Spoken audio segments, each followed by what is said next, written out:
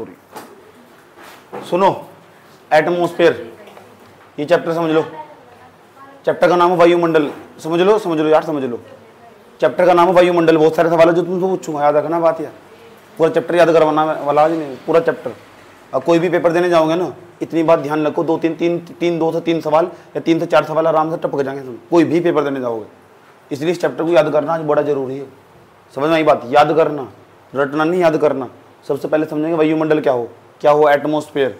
ध्यान से समझना, बहुत गौर से एक एक करके नंबर लगाऊंगा और हार्ड सवाल भी पूछूंगा। समझ में आई बात यार? जरूरी नहीं है जो नोट्स में लिखा हुआ पूछूँ उस तो बाहर भाग जाऊंगा मैं। समझाता मैं इसलिए नहीं जाता बाहर क्योंकि वीडियो का ड्यूरेशन ज़्यादा हो जा, उसकी जो डिस्टेंस है ना वो बढ़ती चली जा, दूरी लंबाई बढ़ती चली जा, उसकी वीडियो की लंबाई बढ़ती चली जा। लेकिन मुझे पता लग गया मुझे थोड़ा एक लेवल ऊपर जाना ही पड़ेगा, छोटे छोटे काम चलने का नहीं।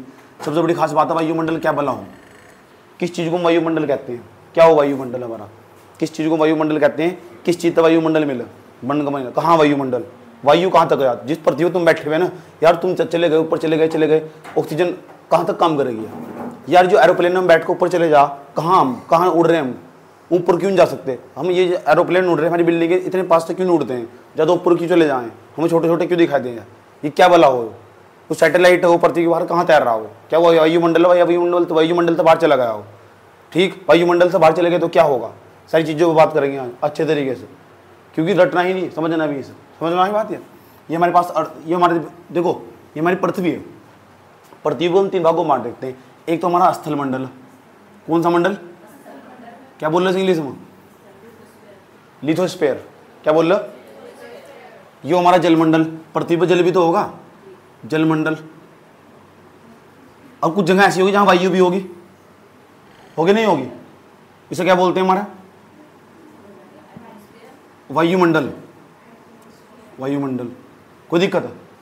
जहां स्थल होगा, जल होगा और वायु होगी, वहां जीव रहना शुरू कर देगा, इसे बोल लेंगे जीवमंडल। बायोस्फीयर, इसे बोलते हैं लिथोस्फीयर, इसे बोलते हैं क्या? हाइड्रोस्फीयर, इसे क्या बोलते हैं? एटमॉस्फेयर। और तीनों को मिला के जो बन जाएगा वो क्या होगा? जीवमंडल। बायोस्फीयर कहते नहीं, बायोस्फीयर रिजर्व, जीवमंडल आरक्षित क्षेत्र, जीव रहता है वहां से। याद रहेगी बात यार, यो हमारा। अब सवाल क्या है? सवाल यो हम पढ़ रहे हैं वायुमंडल, और वायुमंडल भी इस तरह पढ़ रहे हैं कि ये जो हमारी पृथ्वी है, हाँ सर पृथ्वी तो है, देखो सर यारी पृथ्वी, अच्छा पृथ्वी को हम अर्थ कहते हैं, ये हमारी अर्थ प्लैनेट। सर हम इसके बाहर चले गए, हम कहाँ तक जा सकते हैं? सर हम और भी जाना इसके बाहर, और कहाँ तक जा सकते हैं हम? कहाँ तक ऑक्सीजन मिलेगी? ऐसा कोई तो सीमा होगी जिसके बाद ऑक्सीजन मिलनी हम बंद हो जाएगी, कहीं तो हम तड़प कर मरेंगे। यस, एरोप्लेन में जाकर बैठोगे ना तुम तो ऊपर जाकर पता क्या हो, ऑक्सीजन मार्क्स सूत्र के ऊपर आ जा, सीधा मुंह पर लगाओ, तब जाकर दिक्कत नहीं खड़ी होती है। समझ में आई बात? जो उसमें एरोस्टर्स घूमती रहने उनका वो इंस्ट्रक्शन दे साथ में कि जब एरोप्लेन ज़्यादा ऊंचाई पे चले जाएगा ना तो ऑक्सीजन की कमी होनी स्टार्ट हो जाएगी, इसका मतलब वायुमंडल खत्म होने जा रहा है। समझ आई बात? एरोप्लेन कहाँ उड़ रहे हैं? 50 किलोमीटर के बाद, 50 किलोमीटर के आसपास के एरिया में उड़ रहे हैं। 50 किलोमीटर, 20 किलोमीटर तो ऊपर उड़ेंगे और 50 किलोमीटर के बीच में उड़ेंगे, 20-50 किलोमीटर के बीच में उड़ेंगे जितने भी एरोप्लेन उड़े हैं। ये तुम यहाँ घर से एरोप्लेन देखा ना, वो ऊंचाई लगभग 20 किलोमीटर तो ऊपर होगा, 18 किलोमीटर तो ऊपर दिखाई देगी, तो वहाँ ऊंचाई। समझ गए? तो ऐसा क्यों हो, नीचे क्यों नहीं उड़ सकते एरोप्लेन? ये समझना सब अच्छी तरह, होश में होकर, और याद भी करना जो क्वेश्चन पेपर मांगे। समझ गए? केवल रट्टा ही नहीं मारना इस चीज़ का, क्योंकि हर चीज़ को क्यों पढ़ना, क्यों पढ़ लिया तो फिर लंबे समय तक याद रहेगा। समझ गए ना? जो नोट्स में लिखा हो तो कोई भी रट लगा, कोई भी पढ़ लगा, रट लगा। समझने का खेल है सारा खेल टीचर का हो, कैसे समझा रहे हैं। ध्यान से सुन लो अच्छे तरीके से। अब सवाल है हमारे पास, ये वायुमंडल कहते किस चीज को वायुमंडल कहते हैं? क्या हो? तो वायुमंडल किसी भी ग्रह के चारों ओर होगा, केवल पृथ्वी को नहीं। देखो पृथ्वी तो एक महज एक ग्रह है, ये हमारा सूर्य केंद्र में उसके 8 चारों चक्कर लगा रहे हैं। जो सूर्य के चारों चक्कर लगाओ उसको ग्रह बोलते हैं। सही है? जो ग्रह के भी चारों ओर चक्कर लगाओ उसको उपग्रह बोलते हैं। जैसे चंद्रमा पृथ्वी चारों ओर चक्कर लगा रहा तो उसको उपग्रह बोलते हैं, सैटेलाइट बोलते हैं, सैटेलाइट। और जिसके चारों ओर चक्कर लगाते हैं सूर्य के चारों ओर, इसे बोलते हैं प्लैनेट, ग्रह। याद रहेगी बात है? और जो ग्रह है ना, किसी भी ग्रह के चारों ओर, कोई भी ग्रह हो, किसी भी ग्रह, देखो गैसों का बहुत बड़ा आवरण पाया जाएगा, गैसों का आवरण पाया जाएगा किसी भी ग्रह के चारों ओर। और जब गैस किसी भी ग्रह के चारों ओर गैसों का आवरण पाया जाएगा और उस गैसों में वायु होनी बड़ी जरूरी है। सही बात है? किसी भी ग्रह के चारों ओर जो गैसों का आवरण पाया जाएगा उस ग्रह के अंदर वायु होनी जरूरी है। तो उस हम एक मंडल बनता होगा गैसों का, उसे बोलते हैं वायुमंडल। याद रहेगी बातें क्या कहने की कोशिश कर जा रही। किसी भी ग्रह के चारों ओर, कोई भी ग्रह है उसके चारों ओर गैसों का क्या पाया जाता है, आवरण, उसे क्या बोलते हैं, वायुमंडल। इतनी बात बताओ, समझ में ही नहीं आई। अब हम कौन से ग्रह पर आ रहे हैं, पृथ्वी ग्रह। तो पृथ्वी ग्रह के भी चारों ओर भी तो एक प्रकार का गैसों का आवरण होगा। तो जो गैसों का आवरण होगा उस हम वायुमंडल का नाम दे देते हैं। और ध्यान से सुनना अच्छे तरीके से, पृथ्वी हमारी यहाँ, हाँ सर पृथ्वी है, इसके चारों ओर गैसों का आवरण होगा, हाँ सर गैसों का आवरण होगा। और ये जो गैसों का आवरण होगा ना, ये 10,000 किलोमीटर तक फैला हुआ। 10,000 किलोमीटर, 10,000 पूरा लिख देता हूँ, 10,000 किलोमीटर तक फैला हुआ। हमारे पृथ्वी के बाहर वायुमंडल 10,000 किलोमीटर तक दिखाई देगा। और जरूरी नहीं है इसमें वायु 10,000 किलोमीटर तक ही हो, गैसें जरूर होगी। सही बात है। एक सीमा के बाद वायु खत्म हो जाएगी। वायु का मतलब ऑक्सीजन, समझने की बात है। लेकिन इन जब वायु की बात करो ना तो उसमें बहुत सारी गैसों को इंक्लूड कर दो। लेकिन यहाँ का मैकेनिज्म ऐसा, वायु का मतलब ऑक्सीजन ही समझो। सही बात, वायु नहीं आ रही मतलब ऑक्सीजन नहीं आ रही। समझ रहे हैं क्या कहने की कोशिश कर जा रही। तो हम कह रहे हैं कि 10,000 किलोमीटर तक ऊंचाई पर जाओगे, इधर भी उधर कहीं भी चले जाओ तो ये समझ जाओ पूरा का पूरा वायुमंडल ही कहलाएगा। बात समझ में आई बात, वायुमंडल कितना। ये मैं तुम्हें वेबसाइट से बता रहा हूँ, जो इंडिया की वेबसाइट है वहाँ तो डाटा निकाल कर रख रखा है। समझ में आई बात है। यूं नहीं है कि उल्टा सीधा कहीं से भी नकल मार कर रख दिया। उसके बाद आगे चलो, इतनी। अब सवाल है सर ये वायुमंडल हो, हाँ सर वायुमंडल हो, ये बना कैसा, किस चीज का। नंबर फर्स्ट, इसके अंदर एक तो गैस होगी, और गैस भी बहुत सारी होगी। ऑक्सीजन भी हो सके, नाइट्रोजन भी हो सके, हीलियम भी हो सके, बहुत सारी गैस होगी, नाना प्रकार की गैसें होगी। वायुमंडल सबसे पहली बात है, वायुमंडल बनेगा कैसे। दूसरे नंबर पर एक होगा इसके अंदर जलवाष्प, गैस होगी प्लस होगा जलवाष्प, जलवाष्प। और तीसरे नंबर पर क्या होगा, धूल कण। क्या होंगे, धूल कण। और भी कुछ होगा, उसका नाम सुना तुमने, धूल कण। समुद्री नमक, वो भी इसके अंदर मौजूद हो। धूल कण, गैसेस, समुद्री नमक उड़ कर चला जाना हो, उसका वेपराइजेशन हो, वो सब धूल कण के अंतर्गत आ जा। इसलिए हम लिखा आदि। और भी चीजें इसके अंदर, समझिए बात क्या। तो इन तो मिलकर बनेगा। सवाल यूं नहीं है, पहला ही सवाल सीधा डायरेक्ट पूछेगा तुमसे, बताओ हमारे वायुमंडल में सबसे ज्यादा मात्रा में कौन सी चीज पाई जा।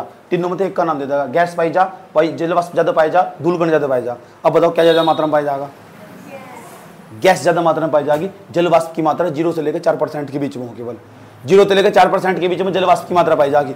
0 से लेकर 4% का मतलब क्या हो ये भी समझेंगे। समझिए बात, गैस क्या हो, ये कौन कौन सी गैस हो वो सब समझेंगे। लेकिन जो मैंने बताया वो समझ लो अच्छी तरह। अगर तुमसे वायुमंडल पूछा जाए क्या हो, एटमॉस्फेयर बता दोगे। किसी भी ग्रह, कोई भी ग्रह हो सके, उसके चारों ओर जो गैसों का आवरण हो उसे हम क्या बोलते हैं, वायुमंडल कहते हैं। वायुमंडल के अंदर वायु होना जरूरी हो, याद रखनी बात है, वायुमंडल। लेकिन वायुमंडल का मतलब ये नहीं है कि जो जहां वायु होगी वही वायुमंडल कहलाएगा। हमारे यहाँ का मैकेनिज्म ही ऐसा, सही परिभाषा नहीं है, मैं भी कह रहा हूँ। ठीक, मैं जब किताब लिखूंगा तो उसमें परिभाषा अपनी अलग करके लिखूंगा। समझ आएगी बात है। ये हमारा पूरा का पूरा अर्थ है, पूरा का पूरा अर्थ। इस अर्थ के 10,000 किलोमीटर इधर तक, 10,000 किलोमीटर इधर, 10,000 किलोमीटर तक कहीं भी चले जाओ, लगभग तय है हो, लगभग बता रहा हूं मैं, तो वहां तक न समझ जाओ हमारा वायुमंडल ही काम करने वाला होगा। समझ में आई बात है। ये वायुमंडल काम कर रहा होगा हमारा, इसे वायुमंडल कहते हैं। ये सर नो। और जहां जलमंडल, स्थलमंडल, वायुमंडल तीनों चीज हो, वहां हमारा बायोस्फीयर बन चुका होगा, हमारा जीवमंडल बनना है। जीव को रहने के लिए एक स्पेशल स्थान होगा, जीव वहां निवास कर सकता हो, इसलिए पृथ्वी पर जीवन संभव हो, इसलिए पृथ्वी पर जीवन संभव हो पाया। बात समझ में आई है। अब हम आगे चलते हैं। ये तो बात बताओ समझ में आई नहीं है। अब यहाँ तो रफ करते हैं और आगे बढ़ते। सब नोट्स में लिखा हुआ है, घबराने की कोई जरूरत नहीं, सब नोट्स में लिखा हुआ है। ये सर नो। लेकिन हम जब पढ़ने वाले तो हम यहाँ पढ़ने वाले कि यार वायुमंडल हो, इसे कैसे पढ़ेंगे आप बांट कर। 3 चीजों में पढ़ेंगे इसे बांट कर। नंबर फर्स्ट, पहले नंबर पर वायुमंडल की 3 चीज पढ़ दी है। पहले नंबर पर हम पकड़ेंगे क्या, इसका फंक्शन क्या है, इसके कार्य क्या है। यार जो एटमॉस्फेयर है ना, ये काम कैसे कर रहा है, पहले नंबर की पॉइंट है। यहाँ तो बहुत सवाल बनने वाले, 4 स्टेटमेंट देकर सवाल बनागा। ये पहला काम होगा। दूसरे नंबर का काम बताओ क्या होगा। दूसरे नंबर एक इसका कंपोजिशन क्या है यार, इसका संगठन, वायुमंडल कहीं से बना हुआ। कंपोजिशन तो बहुत सवाल पूछे दूसरे वाले पॉइंट से। कंपोजिशन क्या है इसका यार, इसका संगठन क्या है इसका। तीसरे नंबर पर संरचना, स्ट्रक्चर कैसा इसका यार, समझ गए। अब हम ये 3 चीज पढ़ने वाले। पहले नंबर में बात करने वाला हूँ फंक्शन की। यार ये वायुमंडल है, क्या काम कर रहे हो, और सब मैंने नोट्स के अंदर अच्छी तरह लिखवा रखा है। मैं इससे बाहर भी बता सकता हूँ, याद रखना बात है मेरी, बात बहुत गौर से समझना। जो मेरे दिमाग में आता चला जाएगा मैं बताता चला जाऊंगा। समझ की बात है, जो मेरे दिमाग में आता चला जाएगा। लेकिन मेरे पढ़ाने का क्रम, अगर किसी भी एग्जाम को निकालना हो, सबसे महत्वपूर्ण चीज हो एक ही नोट्स को बार बार पढ़ना। जिस दिन अभी अपना तुम सोर्स बदलोगे उस दिन तुम्हें नुकसान हो जाएगा। अगर तुम कॉम्पिटिटिव एग्जाम की तैयारी करने वाले बच्चे हो, जब तुम अपना नोट्स बदल रहे हो ना, तो अपनी जिंदगी का उसमें 1 साल खराब कर रहे हो तुम। इसलिए एक ही नोट्स को बार बार पढ़ो, एक और से मॉडिफाई करते रहो बार बार बस। ठीक, अब तो तुम्हारे जो सिलेबस, तुम्हारे हाथ में नोट्स था, जाना पहचाना सा तो नहीं लगता होगा, ऐसा तो लगता है बहुत पुराना नोट्स हो गया, मतलब जानते नहीं, ऐसा लगता होगा जाना पहचाना सब कुछ इसके अंदर ऐसा कि हम पहले से ही पढ़ चुके, केवल रिवीजन कर रहे। यही तो चाहिए एग्जाम को, यही तो चाहिए उसको। इससे सबसे बड़ी की हुआ एग्जाम के लिए रिवीजन। जो रिवीजन नहीं करता ना पीछे रह जाएगा। और एक ही नोट्स को बार बार अपडेट करके पढ़ना। और ज़्यादातर चैप्टर पढ़ा जा रहा है ना, ऑब्जेक्टिव क्वेश्चन लगाना, बिना ऑब्जेक्टिव क्वेश्चन के चैप्टर ही अधूरा। तुम पता ही नहीं करने का क्या याद करने का इसमें, केवल महज एक नोट्स पढ़कर काम नहीं चलने का। कम से कम एक चैप्टर के 100 क्वेश्चन हाथ में को निकले हो, इससे कम नहीं। क्या मतलब होगा, 140 करोड़ की जनसंख्या में सबसे यूनिक बन जाओगे। नोट्स पढ़ लिया, क्लास देख ली, ऑब्जेक्टिव क्वेश्चन लगा दिए, और वो भी 100, 150, 30, 40 नहीं, 100 क्वेश्चन चले आए सबसे ऊपर, फर्स्ट रैंक पर चले आए। ऐसा हर दिन सुधार करना पड़ा बच्चे को अपने अंदर, समझ गए? नहीं तो भीड़ बहुत ज़्यादा, ठीक है, तो देखना पड़ेगा इस भीड़ में तुम क्या अलग कर रहे हो, हम ये अलग कर रहे। मुझे नहीं लगता फिर इस तरह किसी ने करा होगा। क्लास देखी होगी, क्लास देखने के बाद क्या करा होगा, यूट्यूब पर जाकर ऑब्जेक्टिव क्वेश्चन लगे, वो भी 100 क्वेश्चन चैप्टर वाइज, समझ गए? जब समय हो उसका यूटिलाइजेशन अच्छी तरह करो। आओ अब समझते हैं पहली बात, कार्य क्या है उसके। तो जितने भी कार्य मैंने नोट्स में लिखवा रखे हैं, मैं बोलकर समझाऊंगा और सुनूंगा तुमसे बहुत गौर अच्छे तरीके से। पहले नंबर पर ये हमारा वायुमंडल है, ये हमारा पृथ्वी है, इसके बाहर 10,000 किलोमीटर तक वायुमंडल फैला हुआ। तो इसमें जो भी काम हो रहा होगा ना, जहां भी, वो सारा काम एक साथ बताऊंगा, एक साथ बताऊंगा। उस तभी सवाल बने हुए, 4 ऑप्शन देगा, क्वेश्चन दे दिया पूरा का पूरा, 4 ऑप्शन बना दिए। पहले नंबर का काम, पहले नंबर का वायुमंडल क्यों जरूरी, कैसे फंक्शन, क्या कार्य हो, वायुमंडल कार्य क्या हो, ध्यान से सुनना अच्छे तरीके से। क्या कार्य हो इसके, कैसे फंक्शन क्या है इसके, कैसे वर्क करता है, देखो पहले नंबर का पॉइंट। नोट्स में सब लिखा हुआ, समझ लो, सुन लो, सुनूंगा तुमसे, क्वेश्चन बनाकर पूछूंगा भी, ध्यान से सुनना अच्छे तरीके से।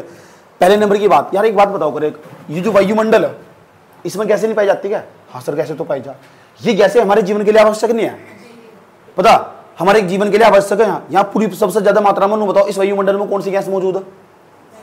नाइट्रोजन, 78% के आसपास। दूसरे नंबर पर, अब मैं सवाल उल्टा पूछता हूं तुमसे, अगर यहाँ ऑक्सीजन ज्यादा मात्रा में होती और नाइट्रोजन कम मात्रा में होती, क्या होता? बस होगी टाइटाई फीस, पढ़ लिया वायुमंडल। अगर यहाँ ऑक्सीजन ज्यादा मात्रा में नहीं, ऑक्सीजन नहीं यहाँ से, तुम सोच रहे कि जो नोट्स में लिखा वही कुछ है, भूल जाओ, कुछ भी नहीं है। इसलिए कहता हूँ ज्यादातर ऑब्जेक्टिव सवाल लगाओ, वहाँ बहुत कॉन्सेप्ट क्लियर होगा। समझना की बात है। मैं भी आज, जब मैं तुम्हें आज पर पढ़ा रहा हूँ ना, मैं इस चैप्टर के अंदर मैंने कई बार पढ़ रखा है, मैं सोचा थोड़ा सा अलग पढ़ता हूँ, फिर थोड़ा सा अलग पढ़ गया तो मुझे कुछ नया मिला। इतना पढ़ने के बावजूद मैं इसे दोबारा बार बार पढ़ रहा, क्वेश्चन लगाए मैंने, समझना की बात है, इसलिए बोल रहा हूँ। क्वेश्चन लगाओ जाएगा, कंसेप्ट क्लियर होगा, नहीं तो बार बार गलती करोगे। क्या होगी बताओ? पूरा पृथ्वी ग्रह जलकर राख हो चुका होगा। ऑक्सीजन वो गैस है जो किसी चीज को बर्न करती है, किसी भी ईंधन को जलाने के लिए, पूरा पृथ्वी ग्रह जल चुका होगा अगर यहाँ ऑक्सीजन की मात्रा ज्यादा होगी। समझने की बात है, याद रखनी बात है। और नाइट्रोजन की मात्रा अगर कम होगी, नाइट्रोजन वही गैस है जो अग्नि पर कंट्रोल करके रखती है। नाइट्रोजन की मात्रा ज्यादा होना अच्छी बात है हमारे ग्रह के लिए, इसलिए तुम बचे हुए हैं। समझ गए? ज्यादा ऑक्सीजन नुकसानदायक हो जाएगी, समझ गए? पहले नंबर का सुन लो, मुझे कैसे पता लगा? ऑब्जेक्टिव क्वेश्चन लगाए, आज ही लगाया मैंने ऑब्जेक्टिव क्वेश्चन, वैसे ही, ताकि तुम्हें पढ़ा सकूं अच्छी तरह और क्लियरिटी ला सकूं इसमें। और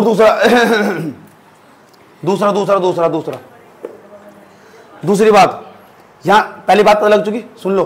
पहली बात क्या है? गैसें पाई जाती है। गैसें क्यों जरूरी? हमारे जीवन के लिए आवश्यक है। जीवन में लगा यार इनसे, अब सबसे ज्यादा मात्रा में कौन सी गैस है? नाइट्रोजन। अच्छा नाइट्रोजन गायब हो जाएगी, फिर क्या होगा? मर जाओगे, बर्निंग हो जाएगा। पूरा जो प्लैनेट है, पूरा प्लैनेट बर्न हो चुका होगा, आग लग चुकी होगी इसमें, समझ गए? दूसरे नंबर पर सबसे ज्यादा मात्रा में क्या पाई जाती है? दूसरे वायुमंडल में पाई जाने लगती है जलवाष्प, वाटर वेपर। जलवाष्प मिलेगा यहाँ से, वाटर वेपर मिलेगा, याद रहेगी बात है। ये क्यों जरूरी होगा? वर्षा नहीं होती, वर्षा जरूरी नहीं है हमारे ग्रह के लिए। तो यहाँ पर दूसरा पॉइंट बताया मैंने तुम्हें, यहाँ जलवाष्प मिलेगा, वो जलवाष्प इसलिए जरूर ताकि यहाँ वर्षा हो सके। सही बात है, रेन होनी जरूरी, हमारे प्लेनेट को बचा कर रखना। तो जब भी तो यहाँ वर्षा होगी, तो जब भी तो उन स्थानों में पानी जाएगा जहाँ जो पेड़ पौधे जीवित रह सके। और पेड़ पौधे बहुत जरूरी है हमारे लिए। तो इसका मतलब वायुमंडल के अंदर जलवाष्प भी पाए जा। दो काम, पहला गैस पाई जा, क्यों? हमारे जीवन के लिए आवश्यक है। दूसरा जलवाष्प पाई जा 0 से लेकर 4% के बीच में, सही बात, 0 से लेकर 4% के बीच में जलवाष्प पाई जा, ताकि हमारे यहाँ वर्षा हो सके, और वो बहुत जरूरी है हमारे लिए। याद रहेगी बात है। लेकिन सवाल में ये नहीं पूछ रहा, सवाल में कुछ और पूछ रहा है। समझ बात है, सवाल ये हो आ जाओ। ये हमारे पास अर्थ,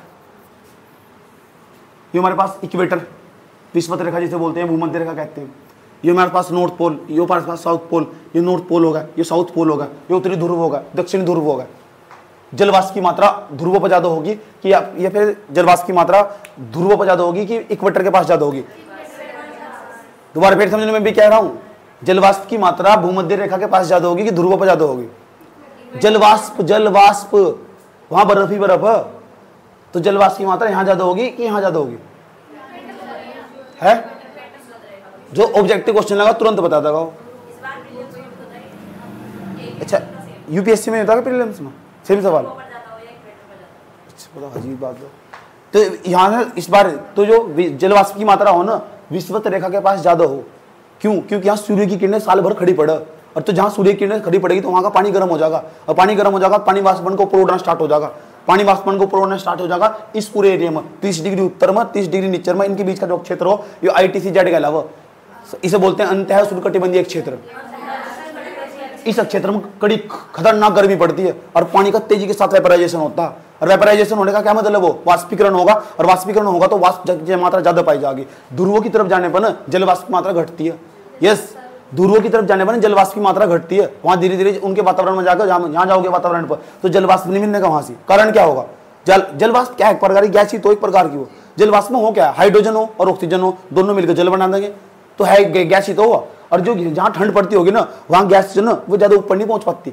सही बात है, वो नीचे रह जा, बर्फ के रूप में वहीं आकर नीचे जम जा, ऊपर कुछ नहीं है। समझ बात है, ऊपर कुछ नहीं है। याद रहेगी बात है, कोई दिक्कत यहाँ तक? तो जलवाष्प की मात्रा ज्यादा कहाँ पाई जा? भूमध्य रेखा पर। यस और नो? नेक्स्ट, अब हमारे पास तीसरे नंबर का पॉइंट, ये तो दूसरा पॉइंट था हमारे पास जो मैंने तुम्हें बताया, नोट्स पर सब लिखा हुआ, सब चीज नोट्स पर लिखी हुई।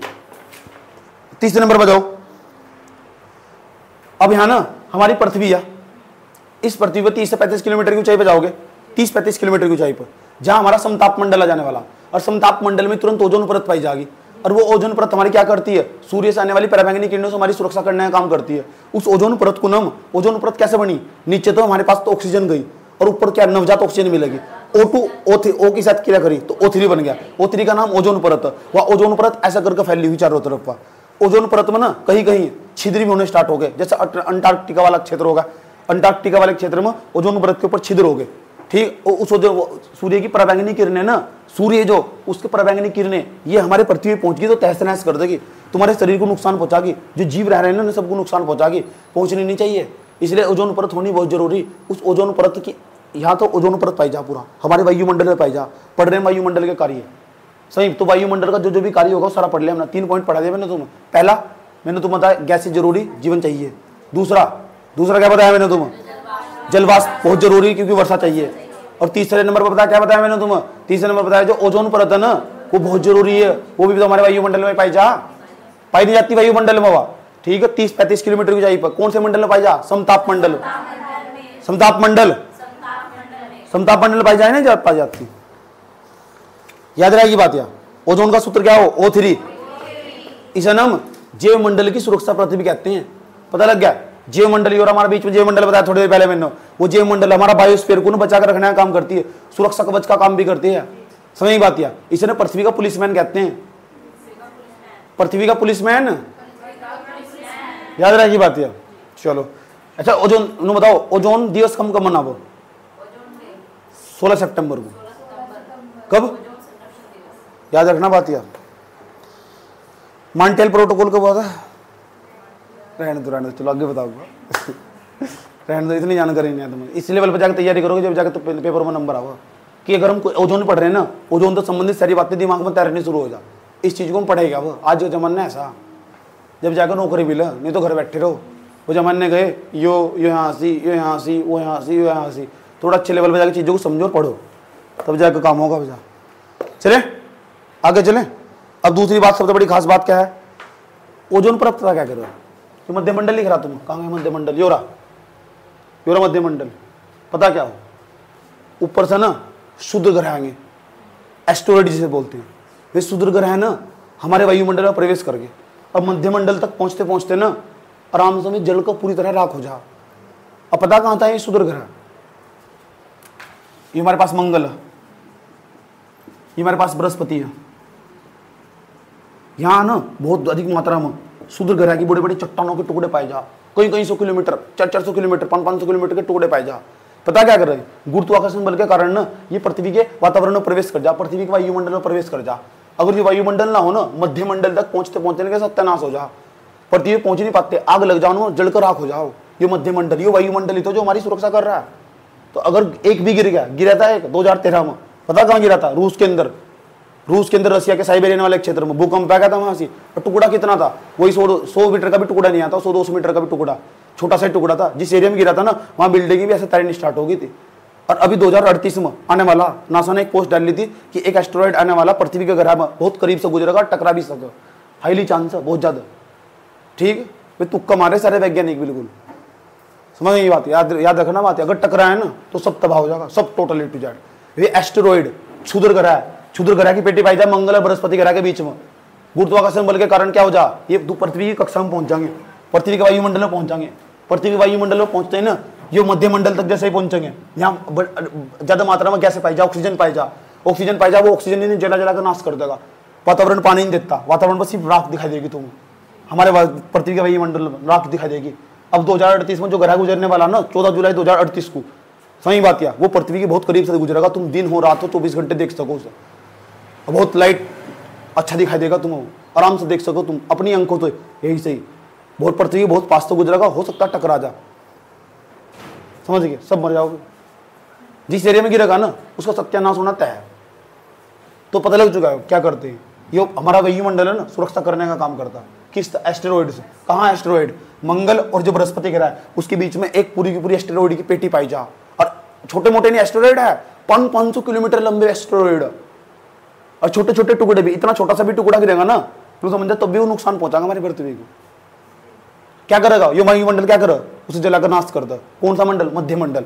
आगे पढ़ेगी भी हम, पूरे का काम बता रहा हूं, पहले ही दे दूंगा। क्यों, पेपर में कैसे सवाल पूछेगा, निम्नलिखित में से कौन सा वायुमंडल का कार्य है, what is the function of the atmosphere. 4 statement देके चला जाएगा, 4 statement, first, second and third, 4 room तो कोई सा स्टेटमेंट दे सके, पढ़ लिया, इसलिए मैंने पहले लिखवा दिए।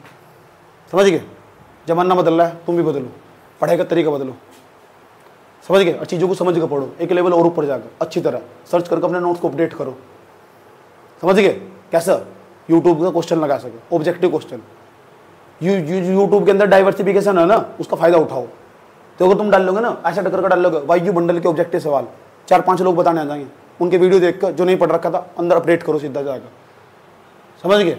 ऐसा पढ़ो चीज़ों को, क्या होगा, दूसरों तक आगे पहुंच जाओगे, बहुत जरूरी होगा। एग्जाम निकालने के लिए ज़्यादा नहीं पढ़ना, दूसरों ज़्यादा पढ़ना, कई बार बता चुका, समझ गए। हो सकता वायुमंडल तक एक भी सवाल ना हो, एक भी सवाल ना हो वायुमंडल तक, क्या होगा, समझ बढ़ेगी, काम आगा जरूर, याद रखना बात है। पढ़ी हुई चीज कभी बेकार नहीं जाती, पुराने लोग कभी गलत नहीं बोलते। चले नेक्स्ट, और बताओ जी सर, और बताओ प्लीज, कुछ और बताओ। ये उल्कापिंड, उल्कापिंड बोल रहा ना, हाँ ये एस्टेरॉइड उल्कापिंड बोल रहा। तो उल्कापिंड जैसे हमारे पृथ्वी वायुमंडल पहुंचेंगे तो वायुमंडल को जलाकर नाश कर देगा, सत्यानाश कर देगा, बंद कर देगा उन्हें, जला देगा उन्हें। क्या होगा, हमारी सुरक्षा हो जाएगी। और क्या वायुमंडल और बता क्या काम करे, वायुमंडल और क्या काम, फोन में बात करी किसी तो करते ही होंगे, करी ही होगी। जब तुम फोन लगाओ, यहाँ बैठे सुबह सुबह, ये लड़की ने फोन लगाया, हेलो बाबू मम्मी नहीं है घर, ठीक है चलो थोड़ी देर बात कर लो। इन्हें फोन लगाया तो बाबू के पास कॉल गई, बाबू के पास जो कॉल गई ना, कहाँ गई वह कॉल, पता कहाँ गई वह, उसके फोन पर नहीं गई वह, जो लोकल टावर है ना इसके आसपास का, ठीक है। बाबू, इन्हें कहा बाबू, वह बाबू डाउनलोड करके ना, बाबू को डाउनलोड करके जो इन्हें शब्द बोल रहे सो डाउनलोड करके वहाँ भेज दे लोकल टावर के पास। और लोकल टावर जुड़ा हुआ सीधा का सीधा सैटेलाइट से, सैटेलाइट तैर रहा पृथ्वी की कक्षा में, और पृथ्वी की कक्षा में तैर रहा हो आयन मंडल के आसपास, वो आयन मंडल के अंदर सारी चीजें डाउनलोड करेगा और डाउनलोड करके जहां इसका बाबू बैठा होगा उसके आसपास का लोकल टावर होगा, उस लोकल टावर पर भेज देगा। लोकल टावर तो इसके बाबू के फोन में जाएंगे, हाँ बेबी ठीक है, मैं भी बिल्कुल ओके हूँ, अब हम बात कर लेते हैं। बाबू वीडियो कॉल कर सकते हो क्या? हाँ वीडियो कॉल कर सको। क्या होगा? वीडियो कॉलिंग के तो ठेका लगाया हमने इस तरह करके, वो डाउनलोड करके कहाँ से लगाया? इसने दोबारा वीडियो कॉल इसके बाबू ने वीडियो कॉल लगाया, इसके बाबू का वीडियो कॉल गया उस टावर पर गया नहीं, ध्यान से सुन लो, उस टावर पर गया और उस टावर पर तो पता कहाँ जाएगा? वहाँ सैटेलाइट पर जाएगा, सैटेलाइट डाउनलोड कर कहाँ भेज देगा? तो सारा काम प्रकाश की चाल के लगभग के बराबर हो रहा है। प्रकाश की चाल 3 × 10⁸ मीटर प्रति सेकंड हो, 1 सेकंड में प्रकाश 30 करोड़ मीटर चला जा। दुनिया में आज तक ऐसा कोई यंत्र नहीं बनाया जो प्रकाश की चाल का मुकाबला कर सके। समझ गए? इतनी तेज हो रहा है काम ये, इतना फास्ट। और सैटेलाइट जितना ही दूर होगा ना, अगर सैटेलाइट नजदीक होगा तो जितना जल्दी डाउनलोड करके भेजेगा, इतना जल्दी डाउनलोड करके भेजा जितना सैटेलाइट जितना नजदीक होगा।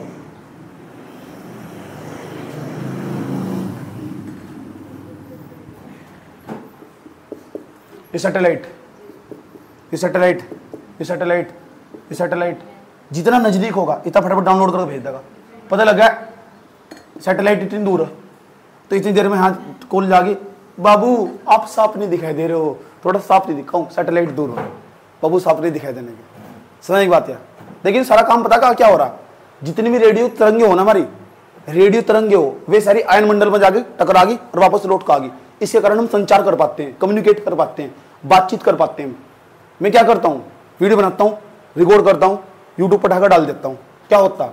डाटा जाता सैटेलाइट के पास। सैटेलाइट कहाँ से? आयन मंडल में तैर रहा है। आयन मंडल किसका हिस्सा? वायुमंडल का हिस्सा। क्या करेगा वो? डाउनलोड करके कहाँ भेज देगा? इस पूरे के पूरे फंक्शन भेज देगा जहाँ यूट्यूब का फंक्शन होगा, और जितने भी लोग यूट्यूब से जुड़े होंगे ना उन पर सब पर वीडियो पहुंच जाएगा। ऐसा वर्क काम कर रहा है। समझ गए? ये वर्क का पूरा। जब साइंस एंड टेक्नोलॉजी पढ़ेंगे ना, हाँ और अच्छी तरह समझने वाले हम। इसके बाद हम साइंस एंड टेक्नोलॉजी पढ़ने वाले हैं। इसके बाद हम पॉलिटी देखेंगे। ठीक, पॉलिटी देखकर साहब अभी बहुत कुछ सीखना बाकी, कुछ भी नहीं आता तुम पर, कुछ भी। 4 किताबें पढ़कर सोच ले क्या हम बनने विद्वान पूरा का पूरा? हम तो अभी तक पढ़ते रहते हैं।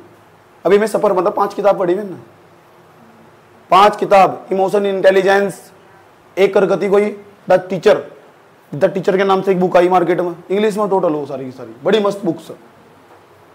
अभी मैं वीडियो डाला, मैंने कल वीडियो डाला, मैंने कहा बुक्स की किताब के अंदर 1 घंटे बाद निकला मैं उसकी किताब में से 4-5 किताब लेकर निकला उसमें से। अब एक किताब 500 रुपए की, तो कपड़ों से ज्यादा तो मैं किताबें खर्च कर दूं अब भी। देखा तुमने वीडियो डाला मैंने किताब वाला, तुम्हारे ग्रुप में नहीं भेजा मैंने, शायद देखो आज भेजूंगा।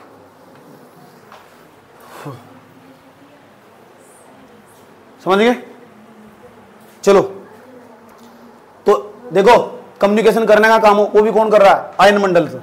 आयन मंडल किसका हिस्सा? वायुमंडल का हिस्सा। क्या पढ़ रहे हैं? फंक्शन पढ़ रहे हैं किसके? वायुमंडल के। और भी काम है इसका वायुमंडल का, और भी है इसको कुछ काम वायुमंडल का। अभी इतने काम बहुत है। अब हम क्या करने वाले? कंपोजिशन पढ़ने वाले। बना कैसा, बना कैसा, फिर इसका स्ट्रक्चर बना कैसा। अब हम पढ़ेंगे दूसरे नंबर पर इसका कंपोजिशन, संगठन।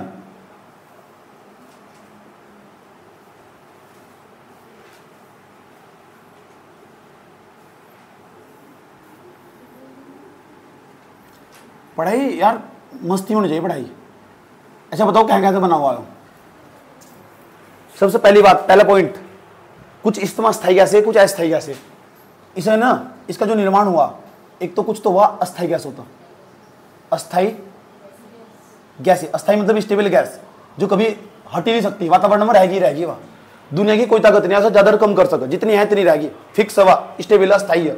अस्थायी गैस है। 3 अस्थायी गैसों के नाम बताने जा रहा हूँ। एक सवाल पूछूंगा फिर तुमसे, तुम्हें लगा तुम्हें सब पता, लेकिन इसमें फेल हो जाओगे, इतने से आ जाओ।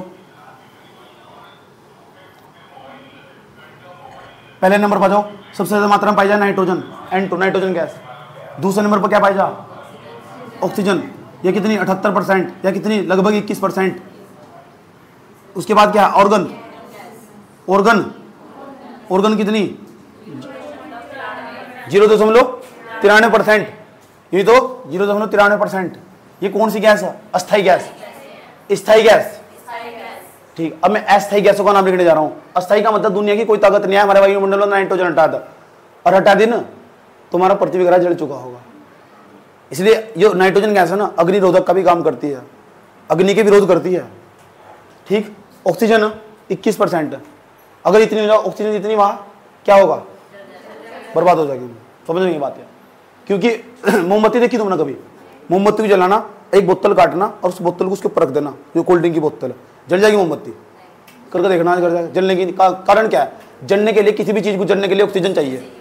रॉकेट देखा ऊपर, रॉकेट देखा जो आकाश में जा रॉकेट, उसके पीछे बहुत सारी मोटर लगी हुई बराबर में, एक मोटर, दो मोटर, तीन मोटर, ऐसा करके बीच में रॉकेट हो, उसमें मोटर में ईंधन भरा हुआ हो, ईंधन के साथ साथ उसमें ना पीछे जब चले वो मोटर तो पीछे तो धुआं निकला, और धुआं इसलिए निकला क्योंकि वहाँ ऑक्सीजन है। बिना ऑक्सीजन के ईंधन चल ही नहीं सकता, क्योंकि किसी भी ईंधन को जलने के लिए ऑक्सीजन जरूर चाहिए। कोई भी जो दुनिया में जितना भी ईंधन है ना, उसे जलने के लिए ऑक्सीजन चाहिए जरूर, ऑक्सीजन के बिना कुछ नहीं होने का। समझ गए, कुछ भी जाओ तो कितना बड़ा यंत्र हो, जितनी भी गाड़ियां तुम्हारी सारी गाड़ियां चल रही, सब में ईंधन मौजूद है, और वो ईंधन जलेगा ऑक्सीजन की उपस्थिति में, ना कि ऑक्सीजन की अनुपस्थिति में। ऑक्सीजन प्रेजेंट होना चाहिए वहाँ, तभी ईंधन जलेगा, जब वो फ्यूल बर्न होगा, वो तभी याद रहेगी बात यार, वो फ्यूल तभी बर्न होगा और तभी क्या हो, एनर्जी रिलीज होगी, तो वो आगे चलेगा। ये सर नो आगे चले, ठीक। एक बात बताओ, ध्यान से, सवाल बता क्या पूछेगा, सवाल बता क्या पूछेगा, पहले थोड़ा सा और लिख दो और बताओ। ये तो अस्थाई कैसे, इन्हें हटाया नहीं जा सकता पर्ची में, तो बिल्कुल। और दूसरा कौन सा, अस्थाई कैसे। अब देखो कैसे तुम्हारी टाइफिस होगी, अस्थाई, अस्थाई गैसे, नॉन स्टेबल गैसे हैं, ये स्टेबल नहीं है, घटती बढ़ती रहा है। CO2 का नाम सुना है? अरे भाई CO2 का नाम नहीं सुना क्या तुमने, कार्बन डाइऑक्साइड, या घटती बढ़ती रहा नहीं क्या, कार्बन डाइऑक्साइड हमारे वातावरण में होनी चाहिए, होनी चाहिए, ज्यादा मात्रा में होनी चाहिए, कम मात्रा में भी नहीं होनी चाहिए, नुकसान हो जाएगा। पेड़ पौधे कैसे जीवित रहेंगे, अब पेड़ पौधे जीवित रहेंगे तो फिर क्या करोगे तुम, यहाँ अचार डाल लोगे।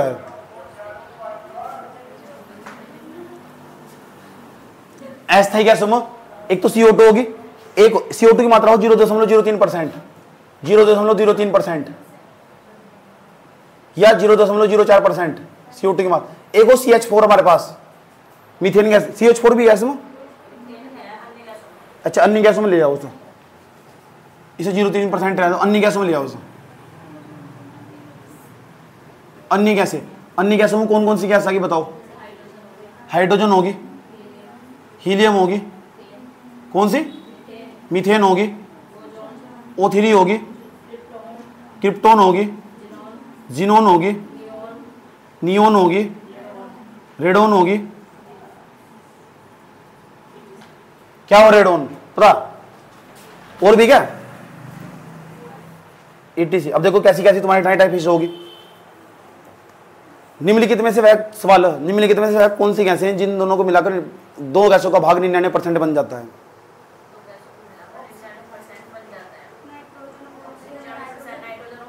यस, ये नाइट्रोजन और ऑक्सीजन, इन दोनों को मिलाकर दोनों का भाग 99% बन जा। ठीक, निम्नलिखित में से वह कौन सी गैस है वायुमंडल में जो सबसे सर्वाधिक तीसरी मात्रा में सबसे ज्यादा मात्रा में उपस्थित है, ऐसी तीसरी गैस, ऑर्गन कार्बन डाइऑक्साइड नहीं है। समझ गए, निम्नलिखित में से वह कौन सी गैस है जो वायुमंडल में नहीं है। हाँ, ऑप्शन ध्यान से सुन लेना अच्छे तरीके। तो ऑप्शन क्या है, पहला ऑप्शन हाइड्रोजन, दूसरा नियोन, दो ऑप्शन होंगे देख लो, हाइड्रोजन भी है, नियोन, तीसरा मीथेन, और चौथा ऑप्शन बता कौन सा। वायुमंडल की बात कर रहा हूं मैं, हीलियम, सभी है लेकिन इसका आंसर होगा हीलियम।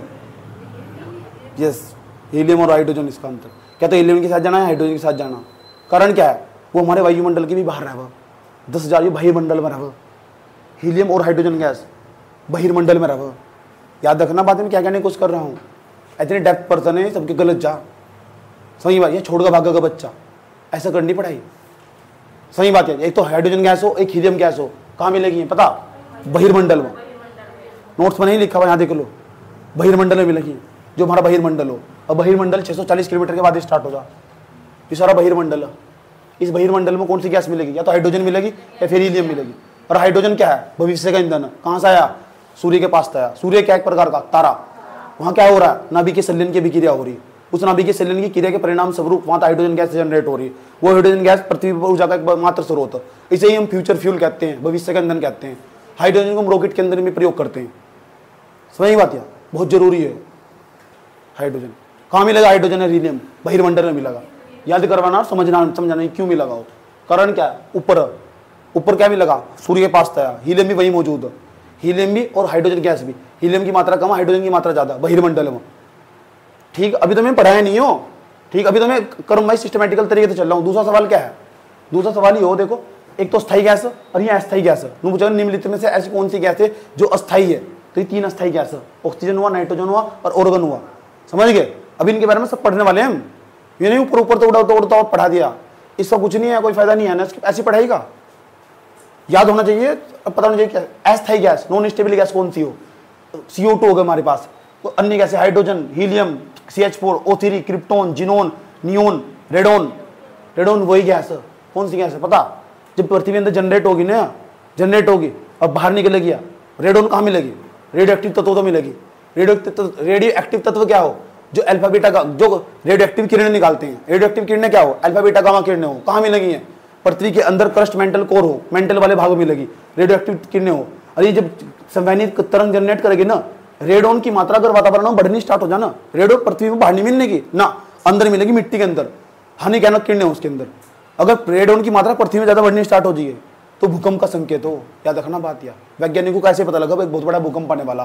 क्योंकि पृथ्वी के वातावरण में रेडोन की मात्रा बढ़नी स्टार्ट होगी। और रेडोन की मात्रा कहाँ से बढ़े? रेडोन कहाँ से? पृथ्वी के अंदर छुपा हुआ। अब क्या मतलब? पृथ्वी के अंदर कुछ हलचल होने वाली, तो रेडोन की मात्रा बढ़ना वातावरण में भूकंप का संकेत हो। याद रखना बात। या भूकंप को क्या बना आपका? सिस्मोग्राफ में याद रहेगी बात। यार एक सवाल पूछता हूँ तुमसे, वायुमंडल चिल्ला रहे, वायुमंडल के अध्ययन को क्या कहते हैं?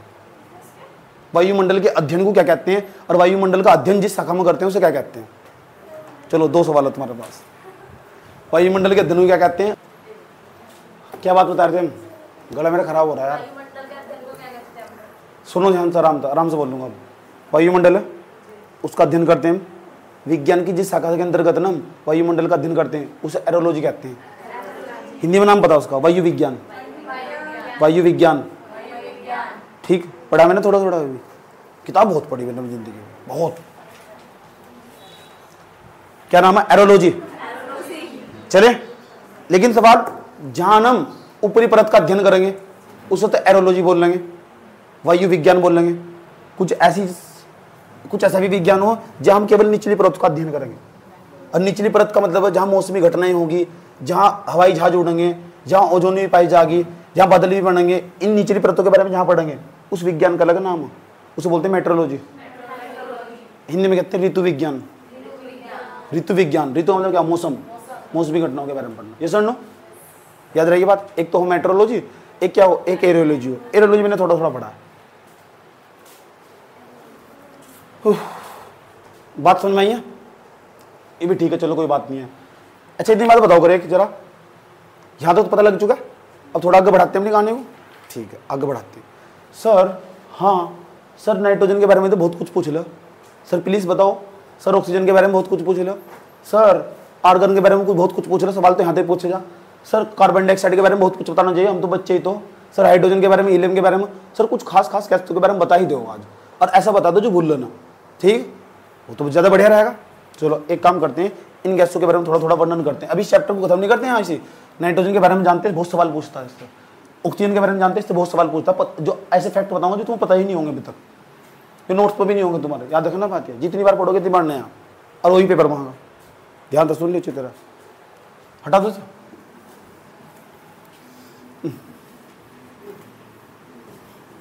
ये तो मेरी पुरानी आदत है, हर बार नए नए बताने की। कहाँ जाती है? What is this? Now we are talking about nitrogen gas. पहली बात, नाइट्रोजन के बारे में तुम्हें क्या पता? आज हम इसके संगठन के बारे में पढ़ रहे, तो सबसे पहले हमारी पहली हेडिंग आज की नाइट्रोजन, कि नाइट्रोजन गैसेस के बारे में क्या पता। जो भी हमें पता है ना वो सारा इसके बारे में पता होना चाहिए। पहली बात और समझते हैं, पहले मैं नोट्स के बारे में बता दूं, फिर नोट्स के बाहर भी निकलना पड़ेगा तुम्हें।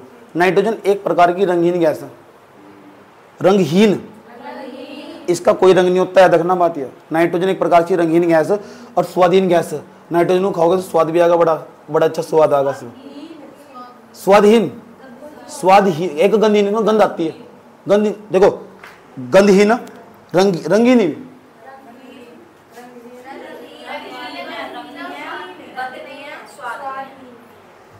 देखो रंगीन, अच्छा रंगहीन, रंग नहीं होता सा कुछ भी। दूसरा गंधहीन, और तीसरे नंबर की बात स्वाधीन है। कैसा? स्वाधीन। मेरा गला खराब हो रहा है यार, बात रोके करे कुछ खाऊंगा। देखो नाइट्रोजन के बारे में समझ लो, संगठन समझ रहे हैं, वायुमंडल का कंपोजिशन समझ रहे हैं, बना कैसे यार वायुमंडल? यार वायुमंडल में ना दो चीज हो, एक तो स्थायी गैस स्टेबल गैस हो, एक हो अस्थायी गैस नॉन स्टेबल गैस हो। तो स्थायी गैस के अंतर्गत मैंने 3 गैसों को रखा हुआ, सबसे ज्यादा मात्रा में नाइट्रोजन है, और दूसरे नंबर पर ऑक्सीजन है, और तीसरे नंबर पर ऑर्गन है। लेकिन कुछ अस्थायी गैस है, जैसे हाइड्रोजन होगी, मीथेन होगी, इनके बारे में हम समझ लेना, तो ज्यादा सवाल आवा। जैसे मैं भी नाइट्रोजन के बारे में समझा रहा हूँ तुम्हें, तो नाइट्रोजन क्या है? एक प्रकार की, पहली बात तो रंगहीन गैस है। रंगहीन, रंगहीन का मतलब रंगहीन हो जिसके अंदर, ऐसी गैस को बोलते हैं रंगहीन गैस। अच्छा, दूसरे नंबर पर क्या खास बात है इसकी? इसकी खास बात यह, पृथ्वी के अंदर सर्वाधिक मात्रा में यही गैस पाई जा, नाइट्रोजन। सब लिखा हुआ नोट के अंदर। पहली बात नाइट्रोजन जो सबसे ज्यादा मात्रा में पाई जा, और दूसरी रंगहीन गैस गंधहीन भी है। कैसी? और स्वाधीन भी है। स्वाधीन, कोई स्वाद नहीं होता इसका। यदि नाइट्रोजन को खाना शुरू कर दो, एक नाइट्रोजन कितने की मिल जाएगी? 1 लीटर 10 रुपए की मिल जाएगी आसपास। तो वो वैसे तुम्हारे गाँव में कहाँ मिल जाएगी? तुम्हारे गाँव में से मिलेगी जो डंगर नहीं आता का, डंगर वाला एक ठेकी से लेकर रखा उसके अंदर। वो सही बात, उसके अंदर किसी चीज को रखा, जैसे गाय के बछड़े के भैंस के जो बीज होंगे उसे रखो उसको, क्योंकि ठंडे तापमान पर रखा जाए। उसका -195 डिग्री सेंटीग्रेड तापमान हो उसका, बहुत ठंडी होगा, बहुत ज्यादा ठंडी मात्रा में नाइट्रोजन। और नाइट्रोजन का उपयोग वहां भी कर रहे हैं जहां बादल बनाने हों। बादल फिल्मों में देखते नहीं क्या, आर्टिफिशियल बादल बनाकर तैयार कर दें। ये ऐसा लगा सच में ही बादलों में तैर रहे हैं हीरो हीरोइन। शाहरुख खान काजोल के पास आगा घूमता घूमता, काजोल के पास आगा शाहरुख खान घूमता घूमता, और तुरंत उसे गले लगा। सही बात यार, अब गले लगा के फिर ऐसा करके यूं घुमाता था। ए क्या होगा तेरे पास नहीं आएगा? अच्छा काजोल नहीं आएगा, वह काजल। अच्छा काजल हुआ, तो काजल के पास आगा घूमता घूमता ऐसा करके घुमाता। नीचे बादल से हो नहीं होते हैं। इसका मतलब साज सजावट के लिए भी नाइट्रोजन का उपयोग करते हैं, समझ गए? और क्या खास बात है इसकी? अब इंपोर्टेंट बात समझो, ये तो बहुत आसान बात है। और नाइट्रोजन जहां भी होगी, नाइट्रोजन की खास बात, अगर तुम नाइट्रोजन एक बोतल ली तुमने नाइट्रोजन की, मार्केट से मिल जाए, बड़े आराम से मिल जाएगी। ठीक है, इतनी आसानी से बच्चों को उपलब्ध नहीं कर पाते नाइट्रोजन बिल्कुल भी। टीचर को तो दे देंगे, क्योंकि लैबोरेटरी में बच्चों को समझाने का काम करते हैं। कुछ दिन बाद में तुम दिखाऊंगा नाइट्रोजन, क्योंकि आज मैं केमिस्ट्री पढ़ा रहा हूँ बच्चों को, तो केमिस्ट्री 12वीं क्लास वालों को, तो उसमें एक्सपेरिमेंट भी अलग अलग बीच में करके दिखाना पड़ रहा है नाइट्रोजन। तो नाइट्रोजन है ना, जैसे उन्होंने उठाया ऐसा करके खोल दिया तुमने, और ऐसा करके डाल उसमें, तो आसपास चिंगारी नहीं चाहिए, नहीं तो आग भयंकर तरीके तो आग भी पकड़ लेगी। सही, वैसे आग को बुझाने का काम करा हुआ, पता तुम्हें? ज्यादा नाइट्रोजन होगी ना, ज्यादा मात्रा में, आग के लिए अग्निरोधक का काम करेगी। वह आग लगने नहीं देती नाइट्रोजन। कैसे पता लगा आग लगने नहीं देती? एक काम करो, तुमने अपने घर में पूर जलाई होगी, पूर बहुत सारी लकड़ी हो नहीं निकलती, तो लकड़ी में जब धुआं निकल बड़ी मात्रा में व्हाइट कलर का, वो नाइट्रोजन ही हो। यस, नाइट्रोजन ही हो। नाइट्रोजन निकल कर बाहर करा, दम घुट जा उसमें धुएं में, बार बार फूक मारो, जा मुट्ठी बार बार फूक मारी, और अंकों में धुआं घुस गया इसकी जाएगा। नाइट्रोजन जलन का काम करेगी, दम घुट जाएगा इसका। इसीलिए नाइट्रोजन को हम दम घोटने वाला तत्व भी कहते हैं। दम घोटने वाला, निकोडस, इन्हें बोलते हैं निकोजन के नाम से जानते हैं। निकोजन जो आधुनिक आवर्त ना हमारी, उसके अंदर ने 14वें नंबर का जो वर्ग उसमें रखे गए हैं, उसे नाइट्रोजन परिवार के नाम से जानते हैं। कैसे जानते हैं उसे? नाइट्रोजन परिवार में कितने सदस्य आवा? 5-6। एक तो नेपाल, पाकिस्तान, ऑस्ट्रेलिया, सब भिखारी, ऐसे तो याद करते हैं। एन का मतलब क्या है? नेपाल ने nitrogen, Pakistan P phosphorus, Nepal, Pakistan, Australia S arsenic, Nepal, Pakistan, Australia सब भिखारी, एसबी एंटीबनी, सब भिखारी, बीआई बिस्मित, ये सब नाइट्रोजन परिवार के सदस्य है। और ये जितने भी सदस्य है ना, इस तत्व जहां भी तुम्हें मिलेंगे दम घोटने का ही काम करेंगे। नाइट्रोजन तुम्हारा दम ही घोटेगा, कुछ नहीं करने का। धुएं में देखो कहां से निकलेगा नाइट्रोजन? कोई भी जीवित चीज हो ना, कोई भी जीवित चीज जो जिसमें कभी सांस प्राण नहीं होगा, उसको तुम जलाओगे बंद करने, उसके अंदर तो तुरंत नाइट्रोजन आएगा, क्योंकि उसके अंदर डीएनए होगा। जिस चीज के अंदर भी डीएनए होगा ना, DNA, deoxyribo nucleic acid. Nucleic acid क्या हो? न्यूक्लिक अम्ल हो। न्यूक्लिक अम्ल कैसे बनेगा? नाइट्रोजन से। नाइट्रोजन क्या करेगा? जब तुम किसी चीज को, लकड़ी को जलाओगे ना, इसके अंदर डीएनए रहा होगा, कभी सजीव चीज है यार, समझ नहीं बात यार। बंद करने पर धुआं निकलेगा इसमें, तो वो धुआं निकलेगा, तुम्हारा दम घोटने का काम करेगा। इसलिए हम नाइट्रोजन से संबंधित जो तत्व है ना, नाइट्रोजन परिवार के जो तत्व है, इन्हें निकोजन्स भी कहते हैं, दम घोटने वाले तत्व। इंसान का दम घोट देते हैं, याद रखना बात है। फास्फोरस भी ऐसा ही हो। कहाँ मिलेगा फास्फोरस? कहाँ मिलेगा फास्फोरस? माचिस की तिल्ली देखी, उसमें मिलेगा फास्फोरस। यार बेसिक साइंस है, बेसिक साइंस है, तो जुबान पढ़ना चाहिए। आगे चले, और कहाँ मिलेगा नाइट्रोजन? नहीं सुनो, नाइट्रोजन और कहाँ मिलेगा? नाइट्रोजन की बात करें तो नाइट्रोजन पता कहाँ मिलेगा? पेड़ पौधे हो ना, इनके अंदर जो प्रोटीन का निर्माण हो, पेड़ पौधे के अंदर प्रोटीन का निर्माण हो वो भी नाइट्रोजन से ही हो। यहाँ नाइट्रोजन है, अभी यहाँ नाइट्रोजन है, नाइट्रोजन है, मजाक नहीं कर रहा है, बहुत सारा नाइट्रोजन है। इस मुझे में ज्यादातर मात्रा में नाइट्रोजन है, कम ऑक्सीजन है इसमें, सही बात है। यो रहा नाइट्रोजन, यो रहा नाइट्रोजन, नाइट्रोजन तो नाइट्रोजन ना चारों तरफ घूम रहा है हमारे, क्या करेंगे? तो फिर जो बोतल में भरकर रखो लिक्विड नाइट्रोजन क्या हो? यस, उसे बनाया जाए लिक्विड नाइट्रोजन को। नाइट्रोजन बनाने के तरीके हो बहुत सारी विद्या केमिस्ट्री में पढ़ाई जा, वहां तुम विद्या पढ़ के छोड़ दो, केवल उसे बाहर निकाल लो उसे, समझ नहीं बात है। बहुत सारी विधियां बनाई जाए नाइट्रोजन बनाने की, बहुत सारी विधियां, हवा में तो पकड़ कर खींच कर उसके अंदर भर सके बोतल की, क्या तरीका हो वो अलग प्रोसेस हो, वो मशीन का काम हो। और नाइट्रोजन क्यों जरूरी है? तुम्हारा पूरा सबका शरीर नाइट्रोजन से बना हुआ। मेरा हाथ काट दो, तुम्हारे हाथ काट दूंगा मैं सबके, काटने के बाद उसके अंदर तक डीएनए निकाल लूंगा, डीएनए को थोड़ा चीर फाड़ कर देखूंगा, उसके अंदर तक बेसिस पाए जाएंगे, उसके अंदर तक डीएनए देखेंगे, डीऑक्सीराइबोन्यूक्लिक एसिड पाया जाएगा, और उसके जो बेस पेयर है ना वे जिसी के बने उसका नाम नाइट्रोजन ही हो। याद रखना बात, या उसका नाम नाइट्रोजन ही हो, नाइट्रोजन तत्व मौजूद है उसके अंदर, समझे? कोई भी जीवित चीज हो, कोई भी जीवित चीज उसके अंदर 6 बेसिक एलिमेंट हो। 6 बेसिक एलिमेंट कौन कौन से हो? एक तो हाइड्रोजन होगा, एक नाइट्रोजन होगा, एक ऑक्सीजन होगा, एक कार्बन होगा, और एक क्या होगा? सल्फर और फास्फोरस हुआ। ये कौन सी? ये हर जीवित चीज कोशिका के अंदर मिलेंगे तुम्हें। जीवित कोशिका कौन सी होगी? जिसमें कभी सांस प्राण ना होगा, या अब भी है, समझ गए? अब बताओ, इस डस्टर के अंदर वो होगा, नाइट्रोजन होगा? हाँ होगा। क्यों? कैसे पता लगा? जलाओ, जला क्या निकलेगा? नाइट्रोजन निकलेगा, धुआं निकलेगा इसके अंदर, तो नाइट्रोजन मौजूद है उसके अंदर, क्योंकि डीएनए फूक रहा है। डीएनए जब जलेगा तो धुआं निकल लगा वो, नो। अब और क्या? और नाइट्रोजन कहाँ काम आएगा? प्रोटीन का निर्माण करेगा। क्या हो प्रोटीन? एक प्रोटीन हो, एक वसा हो, ठीक, कार्बोहाइड्रेट हो, क्या हो तीनों में? बस याद हरी पढ़ाई फेंको, हमारे नंबर नहीं आते। एक प्रोटीन हो, एक वसा हो, एक कार्बोहाइड्रेट, क्या हो तीनों में अंतर? कहीं की पढ़ाई कर रहे हो तुम? पेपर देने जाओगे सारे क्वेश्चन एक साथ आओ कंबाइन करके। प्रोटीन में, कार्बोहाइड्रेट में, वसा में, तीनों में क्या अंतर हो? तुमने 9वीं क्लास नहीं पढ़ी क्या? वो कितने पढ़ाया? क्या हो तुम यार, क्या पढ़ रहे थे? साइंस तो पढ़ रही थे ना स्कूल में, क्या अचार छीलने गए थे तुम स्कूल में?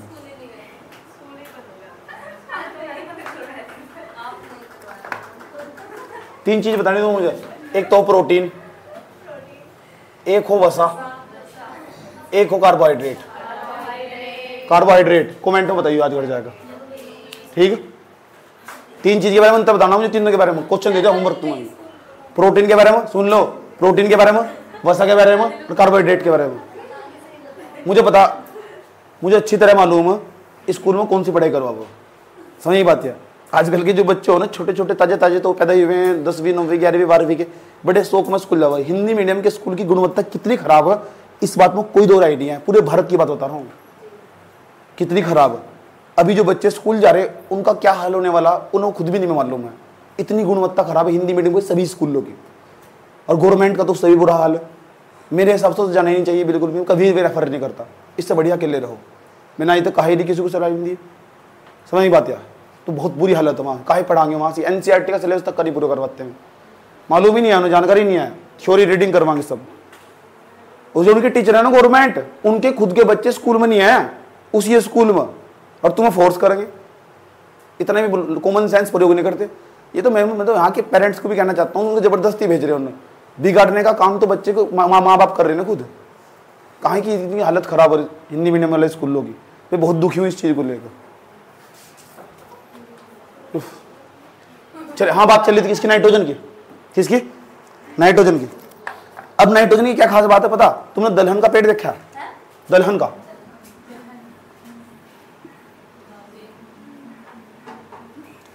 मुझे नहीं पता दलहन का पेड़ कैसा हो, देख लो करके। मेरी ड्राइंग बहुत खराब है। आ जाओ, दलहन का जो पेड़ हो ना, दलहन के पेड़ की जड़ों में एक जीवाणु पाया जाए, बैक्टीरिया पाया जाए। यार यहाँ देखो, जीवाणु पाया जाए, एक बैक्टीरिया पाया जाए। हेलो, एक बैक्टीरिया पाया जाए, इसकी जीवाणु। अब नाइट्रोजन के बारे में पढ़ रहे हैं हम, इसका नाम है राइजोबियम। कई पेपर में पूछ रहे हैं इसके बारे में, राइजोबियम। राइजोबियम यही नाम है इसका, इंग्लिश दोनों में यही नाम है। पता क्या करेगा? इन्वायरमेंट के अंदर ना नाइट्रोजन मौजूद है, इसे खींच लगा, आजा, ये जीवाणु राइजोबियम। वातावरण में ना नाइट्रोजन को खींच लगा, आजा आजा आजा, एक बार आजा आजा आजा, बुला लिया मैं, किसे बुला लिया? नाइट्रोजन। और इसके खींचेगा ना ऐसा करोगे, ऐसा करके इसके अंदर फीड कर दिया। क्यों? क्योंकि प्रत्येक पौधे को ग्रोथ करने के लिए नाइट्रोजन चाहिए। अगर प्रत्येक पौधा ग्रोथ कर रहा है ना, कारण उसका नाइट्रोजन, याद रखना बात यार, क्योंकि उसे चाहिए प्रोटीन। पेड़ पौधों को प्रोटीन चाहिए, और प्रोटीन जब मिलेगा जब ये ग्रोथ करेगा। मनुष्य भी ऐसा ही हो, जब तक लड़की को प्रोटीन नहीं मिलने का, अंडे नहीं खाने की, प्रोटीन और दूसरे स्रोत भी हो सके प्रोटीन के, तब तक इसका शरीर ग्रोथ नहीं करने का। इतनी छोटी सी रह गया, समझ बात यार, सुन लो। तो पौधे को ग्रोथ करने के लिए क्या चाहिए? प्रोटीन। प्रोटीन कौन लागा? प्रोटीन मिलेगा नाइट्रोजन से। और नाइट्रोजन कहां से लेगा? खींच के लेगा। कौन सा जीवाणु? राइजोबियम। कहां पाया जाएगा? जो दलहन के पौधे उनकी जड़ों में पाया जाएगा। क्यों? ताकि मिट्टी के अंदर ना एनपीके की मात्रा बढ़ाई जा सके। क्यों चाहिए पौधे को? NPK, nitrogen phosphorus potash. Nitrogen phosphorus potash, ये तो रासायनिक उर्वरक में भी काम आता है एनपीके, समझ गए? याद रखना बात यार, ये सब सारे जो मैं वैसे ही बोल के बता रहा, सवाल सीधा वहां पेपर में, मैं फालतू की बकवास नहीं छेड़ता। पता लग गया? राइजोबियम क्या है? राइजोबियम क्या है? राइजोबियम कहां मिल रहा है? वो क्या नाम है इसका? क्या कर रहे हो? नाइट्रोजन को स्थिर करने का काम करो, नाइट्रोजन फिक्सेशन करो। नाइट्रोजन फिक्सेशन, नाइट्रोजन का स्थिरीकरण। आसान भाषा में नाइट्रोजन को पकड़ के खींच के इसकी जड़ों में डाल देगा, ले बढ़ जाएगा, समझ गए? ये हो कोई दिक्कत? और नाइट्रोजन का उपयोग और कहां करें? नाइट्रोजन का उपयोग करते हैं रंगमंचों की सजावट के लिए। किसकी सजावट के लिए? देखिए नहीं, हीरो हीरोइन हो जो, उनके लिए प्राकृतिक बादल बनाए जा, प्राकृतिक घर का वो आर्टिफिशियल बादल तैयार करे जा। और नीचे आजकल तो धुएं से उड़ाए जा रहे हैं ना, उसमें इसका इस्तेमाल हो रहा है। शादी में आजकल धुएं से नया कल्चर आया है। सही बात यार, शादी आ रही है ना, हीरो दूल्हा दुल्हन वो देख दूंगा, तेरे हाथ में मेरा पैर हो, मतलब किस तरह का गाना, मेरे याद नहीं आओ किस तरह का गाना हो, मेरे हाथ में तेरा पैर। उसके नीचे ना उसमें आमिर खान है और वो काजोल, उसके नीचे बदलते ही तैरते रहा उस गाने में। सही, वो उस तरह तैयार कर रहे गए, नाइट्रोजन गैस का इस्तेमाल करा गया, समझ गए? माइनस के 195 डिग्री सेंटीग्रेड तापमान हो, हाथ में लेना भी मत बिल्कुल भी, उस कोई दिक्कत नहीं होनी है, ऐसा समझने की बात है। आसपास चिंगारी नहीं चाहिए, विस्फोट हो जाएगा। आसपास कोई चिंगारी नहीं चाहिए, विस्फोट हो जाएगा, समझ गए? नाइट्रोजन के बारे में और बताऊं? जब नाइट्रोजन की बात आई और बताऊंगा नाइट्रोजन के बारे में, इतना नहीं बहुत खाना इतना खाना चाहिए खा पीता, या और बताऊं? बता दो मुझे, और बताना मुझे नाइट्रोजन के बारे में जो याद होगा, जो मैंने बताया सब याद होगा। बताओ नाइट्रोजन का उपयोग कहाँ कहाँ हो, क्या क्या हो रहा है? नाइट्रोजन को खावा, कह रहे नाइट्रोजन को खावा।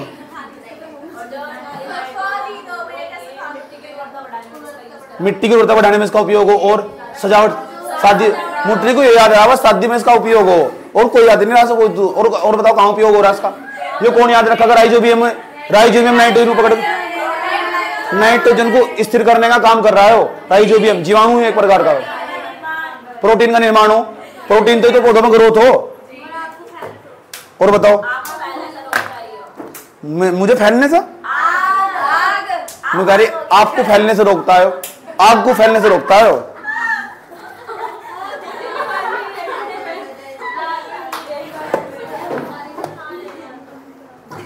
और बताओ उर्वरक का काम करता है, किसका? उज्बक का नहीं, उर्वरक का। जैसी खुद ऐसी बात करोगे। ऑक्सीजन के बारे में आ जाओ, ये तो नाइट्रोजन थी। दूसरे नंबर पर कौन सी गैस पाई जा? ऑक्सीजन के बारे में क्या ही बताऊं, तुम्हें सब पता। ऑक्सीजन के बारे में क्या पता? ऑक्सीजन के बारे में बता। पहली बात, जीवनदायिनी गैस है। इसके बिना तो जितने भी जीव है ना, जितने भी जीव मंडल में जितने भी जीव रह रहे, तू एक जीव है। हेलो मैडम, आप जीव हो, एक जीव हो, जीवो सजीव हो, सजीव जीव एक ही हो, बात ना करो। तो अगर आप जीव हो, तो सुनो, अगर आप जीव हो तो आपको ऑक्सीजन चाहिए। यस, ऑक्सीजन के बिना तो काम नहीं चलने का। और बताओ, थोड़ी देर पहले बता चुका मैं, दुनिया में जितने भी ईंधन है ना, वे जब भी जलेंगे जब ऑक्सीजन होगी। मोमबत्ती जलाओ, ठाई, उसके ऊपर बोतल लग कर दिखा दो, जला के दिखा दो मोमबत्ती, क्यों बुझ जाएगी? ऑक्सीजन जरूरी है। अब बताओ अगर किसी के दिल को जलाना हो तो क्या चाहिए? किसी के दिल को जलाने के लिए पेट्रोल चाहिए, ऑक्सीजन चाहिए।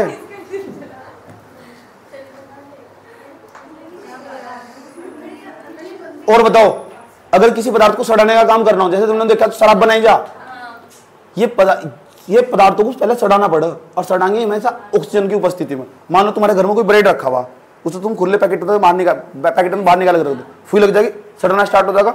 यस, वो ऑक्सीजन के संपर्क में ही होगा।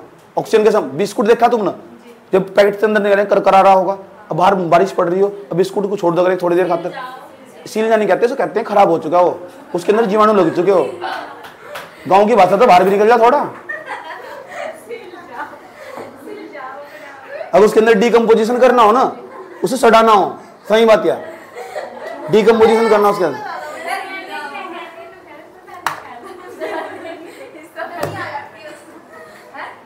मैम चुप हो जाओ। अब आर्गन, ऑक्सीजन का बताओ, ऑक्सीजन का उपयोग कहां हो रहा है?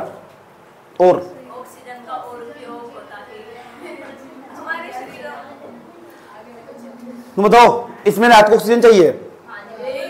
मेरे पूरे शरीर में जितने भी अंग है ना, प्रत्येक उस अंग के अंदर, प्रत्येक अंग के अंदर कोशिका, और कोशिका को जीवित रहने के लिए ना भोजन के साथ साथ ऑक्सीजन चाहिए, चलने का नहीं इसका काम बिल्कुल भी।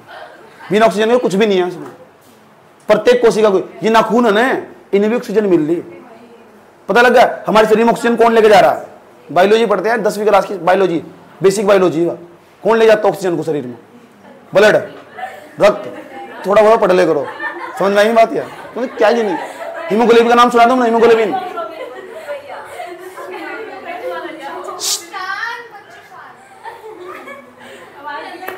पता लग गया हमारे शरीर में जो परिवहन करने का काम करते हैं, ट्रांसपोर्ट करने का काम करते हैं ऑक्सीजन को और भोजन को ले जाने का काम करते हैं, उसका नाम ब्लड हो।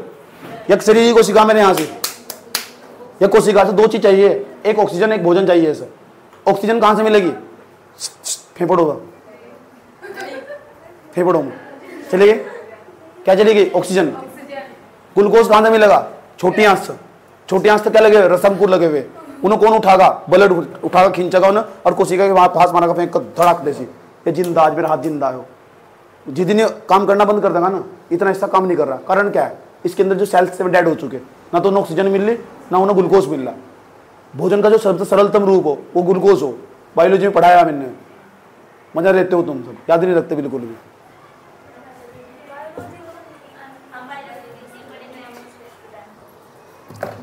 कोई बात नहीं, पढ़ो जाकर, सब पढ़ा रखा है मैंने। नेक्स्ट, ऑर्गन की बात कर लेते हैं। जब ऑर्गन की बात आई गई, जो ऑर्गन तीसरे नंबर पर जाने वाली सबसे बड़ी गैस है हमारे वायुमंडल में, तीसरे नंबर पर ऑर्गन। अब ऑर्गन का उपयोग कहां हो रहा है? और समझते हैं ऑर्गन को हम इसे बोलते हैं इनर्ट गैस। सर्वाधिक मात्रा में पाई जाने वाली तीसरे नंबर की सबसे बड़ी गैस है। समझ गए? अस्थायी है, स्थायी है, स्टेबल है, नॉन स्टेबल है? ठीक। जरा एक बात बताओ, कहां यूज हो? ट्यूबलाइट में। ये ट्यूबलाइट लगी हुई ना, इनके सबके अंदर ना कौन सी गैस भरी हुई? आर्गन। अगर मैं इसमें छेद कर दूं ना ट्यूबलाइट के अंदर, तो आर्गन गैस निकल कर भाग जाएगी, ऑक्सीजन प्रवेश कर जाएगी, अकीरिय वातावरण नहीं है वहां से। सही बात है। अकीरिय वातावरण जनरेट करने के लिए हम ऑर्गन का इस्तेमाल करते हैं। अकीरिय जो किसी के साथ क्रिया ना करता हो, नॉन रिएक्टिव जो किसी के साथ क्रिया ना करता हो, ऐसा वातावरण चाहिए, ऐसा एटमॉस्फेयर चाहिए, इसके अंदर घुसा हुआ हो। समझ बात जी? इसलिए बल्ब जल पा रहा। ट्यूबलाइट हुई। वेल्डिंग का इस्तेमाल करने वाले लोग देखे तुम ना, वेल्डिंग का इस्तेमाल करते हैं, वहां से एक अलग प्रकार की गंध आती है, चेक करना वहां से ऑर्गन की होगा। समझ गए? जो चिंगारी छूटती है ना, जब वेल्डिंग करने का काम करते हैं, लोहे में लोहा जोड़ने का काम करते हैं, वहां से ऑर्गन की आती है, जाकर चेक करना उसे। सही। और कहां होगा ऑर्गन का यूज? ऑर्गन क्या है? एक प्रकार की अकीरिय गैस। अकीरिय गैस क्या हो? अकीरिय वातावरण जो किसी के साथ क्रिया ना करता हो। समझ बात क्या? जो किसी के साथ, जो यहाँ कोई भी गैस नहीं होनी चाहिए बिल्कुल भी, तो वहां हम ऑर्गन गैस ले आएंगे, हीलियम गैस ले आएंगे, नियोन गैस ले आएंगे। गुब्बारों में हीलियम भरी हुई हो। वायुयान देखे तो ना, उनके जो टायर हो, जब वायुयान उतरा ना, ऐसा करके वायुयान उतरा, ऐसा करके बहुत तेजी के साथ उतरा, उसके पहिए के अंदर हीलियम गैस भरकर रखा। Helium gas. और बहुत घर्षण के साथ ना, बहुत तेजी के साथ उतरो, बहुत तेजी के साथ, काफी बहुत ज्यादा मात्रा में स्पीड हो उसकी। 600-700 किलोमीटर प्रति घंटा की रफ्तार से दौड़ो वो। 700 किलोमीटर प्रति घंटा की रफ्तार देखो कितनी ज्यादा हो। उतरेगा ना जब वो, उसके अंदर भी हीलियम गैस भरी हो वायु ने टायरों के अंदर। बैलून देखे, बड़े बड़े बैलून हो, बहुत बड़े बड़े बैलून हो, जिसमें दो तीन कैंडिडेट ही बैठ कर जाओ, सही बात है, और उड़ जाए जाकर पहाड़ों पे जाकर। उसके अंदर पैराशूट बोला ना, पहले पैराशूट हुआ, बैलून हुआ, इनके सबके अंदर हीलियम भरी हुई हो। हीलियम एक प्रकार की अकीदे गैस है जो किसी के साथ क्रिया ना करती हो। क्या हो अकीदे गैसों के लिए कौन सा वर्ग काम कर रहा है? अवर सारणी नहीं हमारी यहाँ भाई, पेपर देने जाओगे सारा पेपर आवर नहीं आता। अवर सारणी में कितने वर्ग? 18 वर्ग, 7 आवर्त। 18वां जो वर्ग है ना सबसे लास्ट का अवर सारणी में, जिसमें हाइड्रोजन हीलियम लिथियम रखे हुए हैं, 18वें वर्ग में पूरा अकेले गैसों का वर्ग हो। उसमें हीलियम, क्रिप्टोन, जिनोन ऐसे तत्व रखे सारे के सारे। पता कौन थे जो हमारे पास? जैसे हीलियम हुआ, उसके बाद नियोन हुआ, उसके बाद हुआ हमारे पास आर्गन हुआ, सारी वही गैसें रखी हुई जो अकेली गैस है 18वें वर्ग में। अवर सारणी का जो आधुनिक अवर सारणी हमारी 18वां वर्ग, उसमें सारी वही गैसें रखी हुई। वहां से उठाओ, उनका कुछ जहां इस्तेमाल करना करो। अच्छा वैक्यूम क्या हो? जिसमें निर्वात कहते हैं। क्या हो निर्वात? कहते हैं हम 12वीं क्लास में 10वीं क्लास में फिजिक्स में नहीं पढ़ते क्या? निर्वात में इसका मान एक है जहां ग्रेविटी जीरो हो, वही बात है भाई, जहां ग्रेविटी जीरो हो जाए उसमें वैक्यूम क्या हुआ? समझ यही बात है, ठीक। और वहां प्रकाश की चाल इतनी हो 3 × 10⁸ मीटर प्रति सेकेंड। समझ में आया बात? या पढ़ते नहीं तुम, ऊपर तो पढ़ो। जितना क्वेश्चन लगाओगे ना, जितना ज्यादा क्वेश्चन लगाओगे यूट्यूब से जाकर, उतना ज्यादा कंसेप्ट क्लियर होगा, उतना ज्यादा मजबूत बनोगे। समझ गए? नेक्स्ट सर कुछ और बताओ। सर अस्थायी गैसों के बारे में हम तीनों एक्सप्लेन कर दिया, और बताऊंगा क्या गैसों के बारे में? और बताऊं? इतने बहुत सवाल नहीं दिया था, कोई दिक्कत नहीं है, सवाल नहीं बाहर जाता। अब सवाल बच्चे क्या पढ़े? पता क्या पढ़े? सीधा सीधा डायग्राम को पढ़ के भाग जा। वैसे तो कोई भी पढ़ा देगा, देख देख पे तो क्यों पढ़ाना है? सीधा यूट्यूब पर देख के पढ़ लेते, कोई भी पढ़ा देगा ऐसे तो।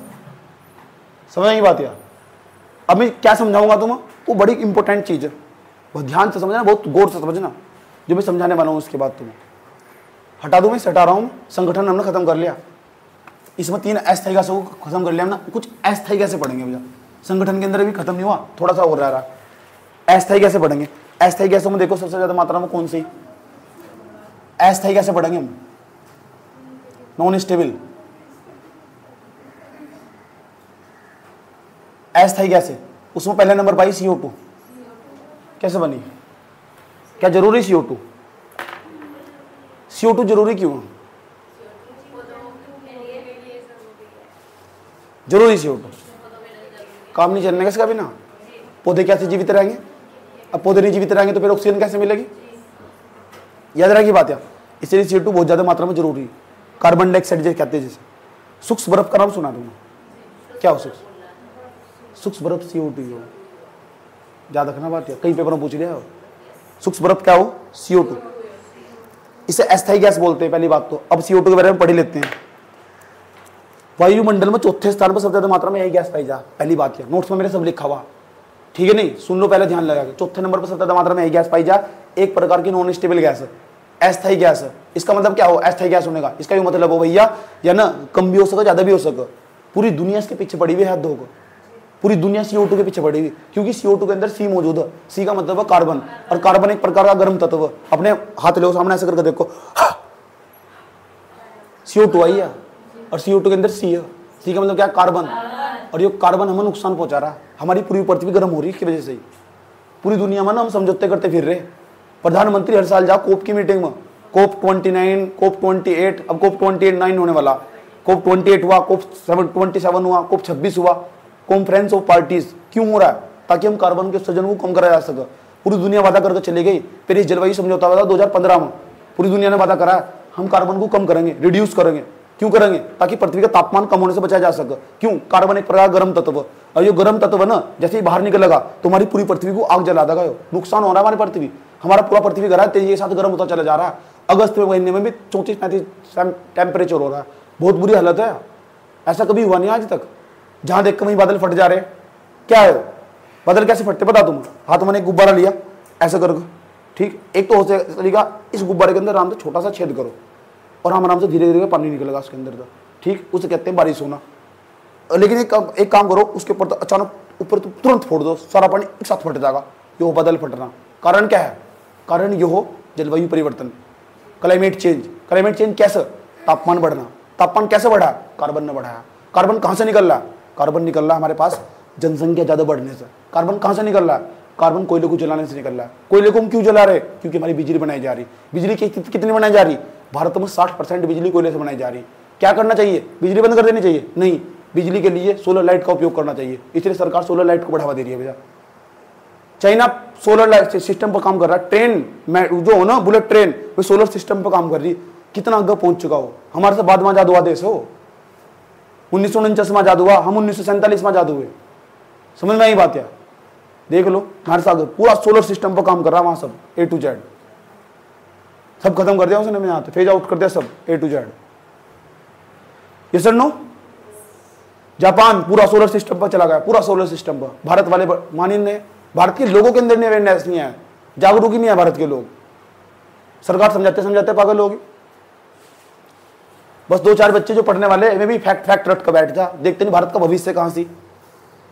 समझ गए? ये हो CO2 कार्बन डाइऑक्साइड जिसे कहते हैं। ये कार्बन डाइऑक्साइड, कार्बन निकलना चाहिए, कोयला कार्बन जिसे बोलते हैं, वो बाहर निकल रहा है, नुकसान पहुंचागा पृथ्वी को, बहुत नुकसान पहुंचा दिया उसने। अब भारत में जगह जगह घटनाएं हो रही, लैंडस्लाइड देखने को मिल रहे जगह जगह। सही बात, कहीं बादल फट रहे, हर दिन बादल फट जा रहे। कारण क्या है?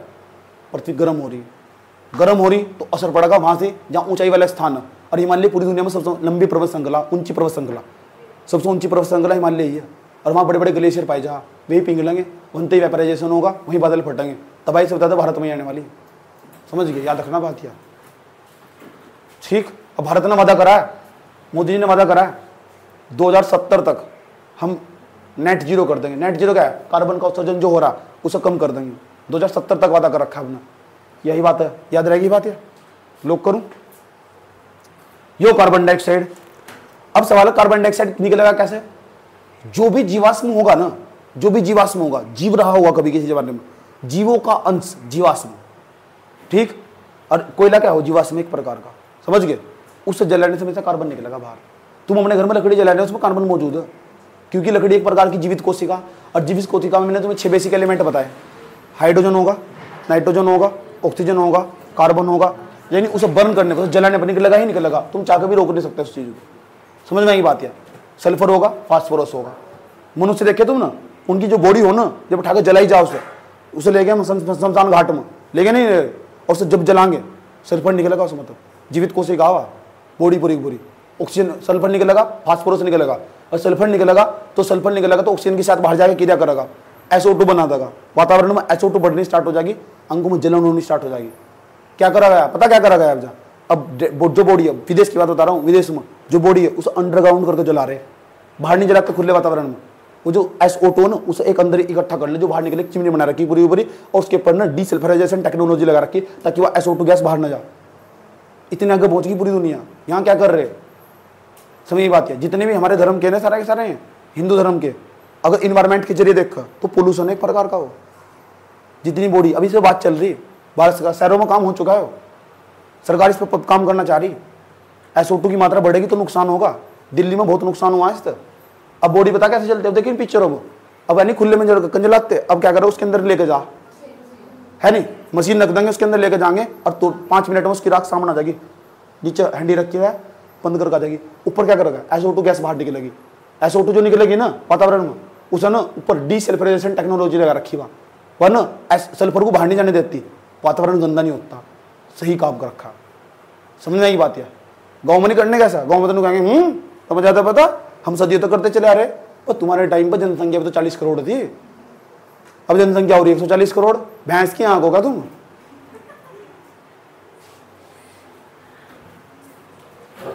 पढ़ो चीजों को अच्छी तरह, समझ गए? होगा कार्बन डाइऑक्साइड यदि पृथ्वी, और क्या होगा?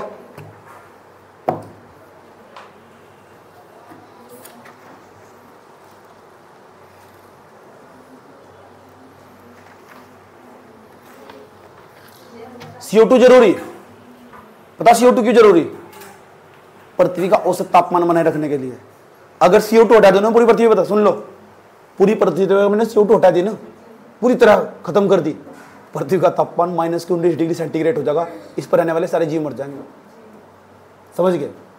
इसलिए इसका औसत तापमान इस टाइम पता कितना, 15 डिग्री सेंटीग्रेड। ये पेपर में पूछा गया, औसत डिग्री तापमान इसका 15 डिग्री सेंटीग्रेड है। सब मेरे नोट्स में लिखा हुआ, समझ लो, पहले सुन लो। अगर मैं इन तो सारी CO2 हटा दूं ना, कार्बन डाइऑक्साइड, तापमान -19 डिग्री सेंटीग्रेड हो जाएगा, जो यहाँ रहने वाले जीवों के लिए अनुकूल नहीं है। ऐसे ही दूसरे ग्रहों पर हो, बुध ग्रह पर जीवन संभव, शुक्र ग्रह पर जीवन संभव क्यों नहीं है? वो रात को पूरी तरह ठंड जम जा पूरा ग्रह, और दिन में पूरी तरह पिघल जाओ उस पर सारी बर्फ। हम जहाँ भी जाकर रह सकते, हमारे लक्षण जो वो दिखाई दे रहे मंगल पर रहने के कारण क्या है? वो अलग अलग पृथ्वी वातावरण तो मैच कर रहा है, वहाँ टेम्परेचर भी इतना नहीं रहा। वो समझ आई बात? तो सब तो तापमान बहुत बड़ी चीज़ है। समझ में आई बात? कोई दिक्कत? तो जो CO2 ना, पता क्या करती है? तापमान को बनाए रखती है। कैसे? CO2 पता क्या करेगी? ध्यान से सुनते रहना, जब फिर आज क्लास को थोड़ा रेस्ट देंगे, कल को और समझेंगे। ये सन हमारे पास सूर्य है, ठीक, सूर्य हमारे पास, ये हमारे पास अर्थ, ये हमारे पास अर्थ, इसके पास तो सोलर रेडिएशन आ रही है, यही सोलर रेडिएशन, सौर विकिरण जिसे बोलते हैं। ये क्या करेगी? टकरा के वापस जाएगी, टकरा के वापस जाएगी, पूरे दिन भर सूर्य की किरणें पड़ती रहेगी।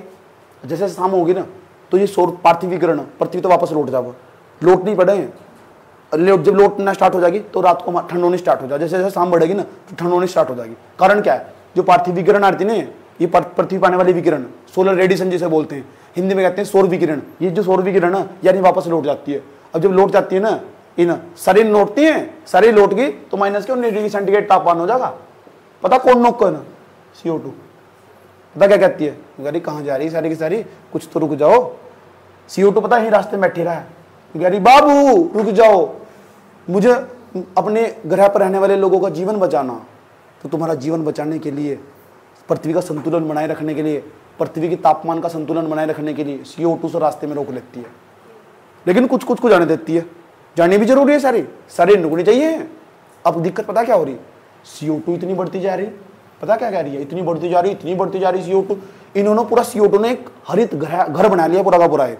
ये हरित ग्रह है, हरित गैसें हैं CO2, इन्हें पूरा का पूरा घर बनाकर तैयार कर दिया, पूरा का पूरा। CH4 भी इसके साथ ही आकर मिलेगी, बहुत सारी गैसें इसके साथ ही आकर मिलेगी, उन्हें ग्रीन हाउस गैसें कहते हैं। इन्होंने घर बना लिया। अब एक सूर्य की किरणें आ तो रही, वापस नहीं लौट पा रही। रात को भी इतनी गर्मी हो रही है भैया, रात को भी इतनी गर्मी हो रही जितनी दिन में हो रही थी। पृथ्वी ग्रह ठंडा नहीं हो पा रहा भैया। ये जा रही थी ने, रास्ते में रोक ली, अरे सारी किरणें फिर वापस पृथ्वी पे आ रही, रोक ली, सारी किरणें फिर वापस पृथ्वी पे आ रही। क्या होगा? पृथ्वी गर्म हो रही, यही दिक्कत है। गर्म होगी तो क्या होगा? पानी वाष्प बनकर ऊपर उड़ेगा तो तेज बादल बनेंगे, कहीं भी जाकर फट जाएंगे। यही हो रहा है वर्तमान में, समझ गए? ये पृथ्वी की वापस लौटनी चाहिए। तो क्या होगा? जो CO2 ने ज्यादा निकाल रहा है कार्बन, इसे कार्बन, ये जो कार्बन CO2 क्यों बढ़ती जा रही है? यहाँ से क्यों बढ़ती जा रही है? पता क्या कारण है? पेड़ काट दिया हमने। पहले यहाँ की जो CO2 थी ना, वह जाती सीधे पेड़ के पास। क्या हुआ? अर्बनाइजेशन बढ़ा, नगरीकरण बढ़ा, तो पेड़ काट दिए गए। वो जो CO2 थी वह वीरान होगी। अब वीरान होने के बाद दिक्कत खड़ी होगी इसके सामने। अब जा तो जा कहाँ? अब पूरी दुनिया परेशान है, पूरी दुनिया, हम नहीं, सब यूरोप के सारे देश, अमेरिका के सारे देश अब हर साल बैठते हैं, मीटिंग करते हैं, चाहे पापे तोड़ते हैं और फिर चले जाते हैं, वादे वादे लंबे लंबे करके। पर्यावरण को बचाने के लिए कोई कुछ काम नहीं करता।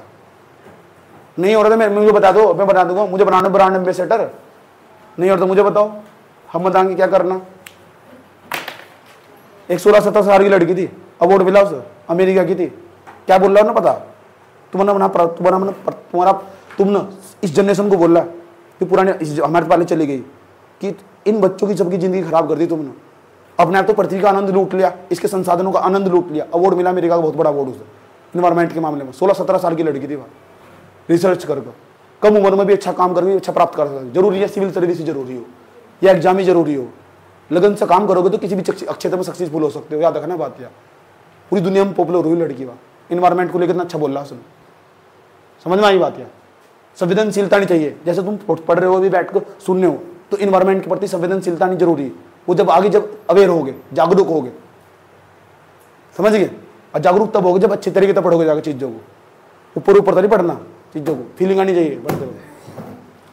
CO2 के बारे में और भी बोल सकता हूं मैं, मेरे पास बहुत काम है CO2 को बोलने के लिए। हरित गांव जब यहाँ बात आई गई, तो बताओ CO2 ग्रीन हाउस गैस है नहीं है? है, यस, ग्रीन हाउस गैस। एक इन्होंने घर बना लिया बाहर, पृथ्वी के बाहर, ग्रीन हाउस गैस में।